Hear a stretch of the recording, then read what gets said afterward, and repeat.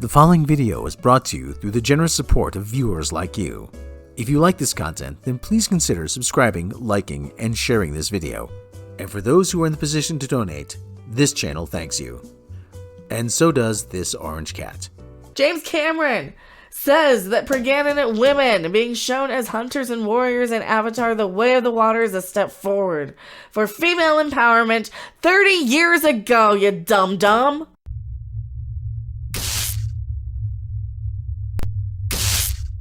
Like, I didn't know the pregnant warrior was Kate Winslet. I kind of just assumed it was Mama Blade from the, what was it? The First Kill movie, or First Kiss, or First Kill, the TV series with the lesbian vampire lesbians. The mom of the vampire hunter girl, basically. Because that's kind of who she looked like in CGI form, with the hair and the facial expressions and the dimples. She didn't look like Kate Winslet.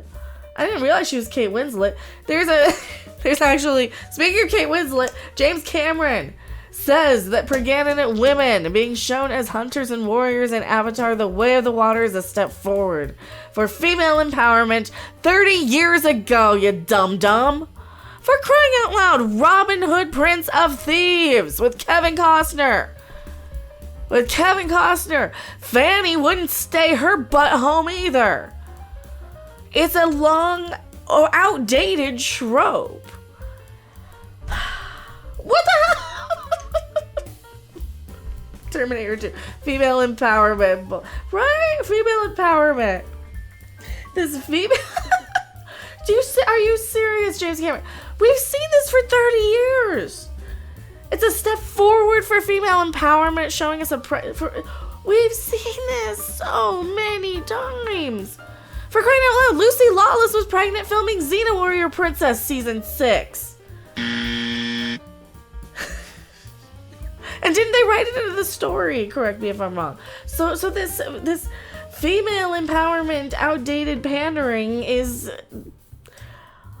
symbiotic. It is synonymous. It is parallel to his outdated message story of Save the Whales that I saw in Star Trek IV: The Voyage Home in the theater when I was in second grade.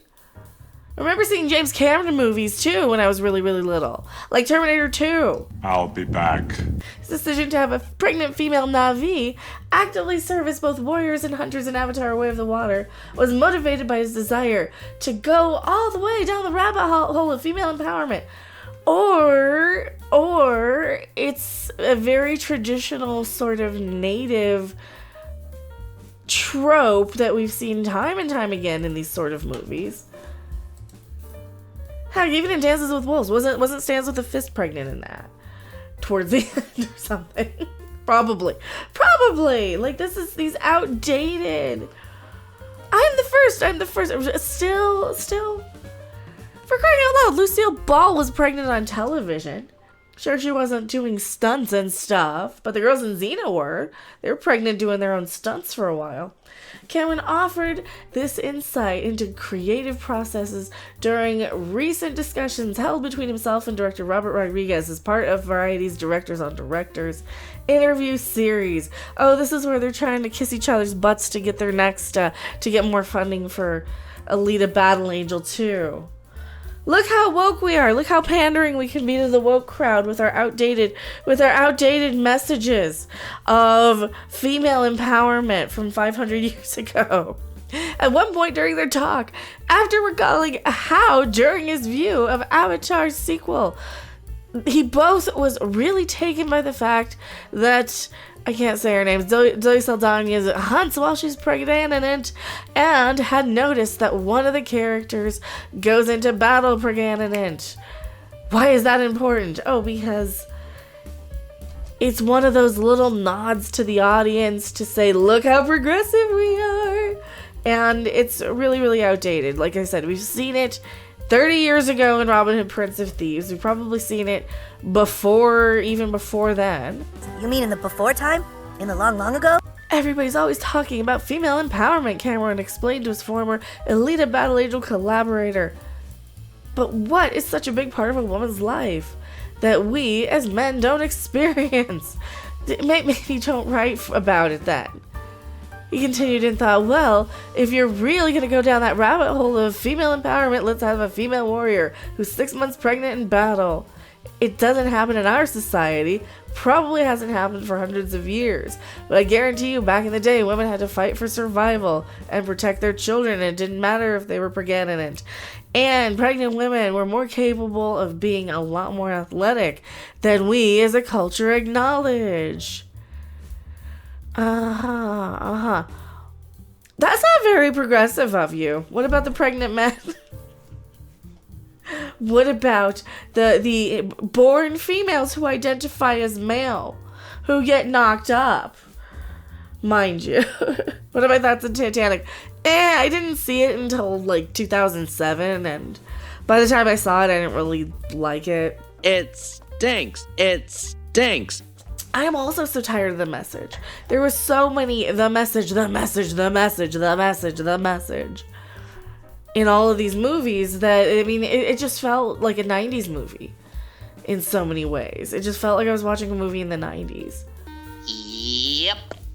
Let's take the real boundaries off, but with like modern day visuals. Let's take the boundaries off, he concluded. To me, it was the last bastion that you don't see Wonder Woman and Captain Marvel, all these amazing women come up, but they're not moms. They're not fighting evil while pregnant. Of course not. Can you imagine Captain Marvel? He took a shot at Captain Marvel. Well, we're boned. James Cameron takes a shot at Captain Marvel. Wow, and Wonder Woman. He says his stupid yip warriors are more better than them. Yeah, they probably are. His little yip blue people. So he's taking a shot at everybody. Holy crap. How dare you? You let Sarah Connor be a failure by letting Tim What's-His-Nuts direct your last movie. So that's all I got to say about James Cameron. I am Mecca, and I'm going back to my live chat. Don't you go anywhere.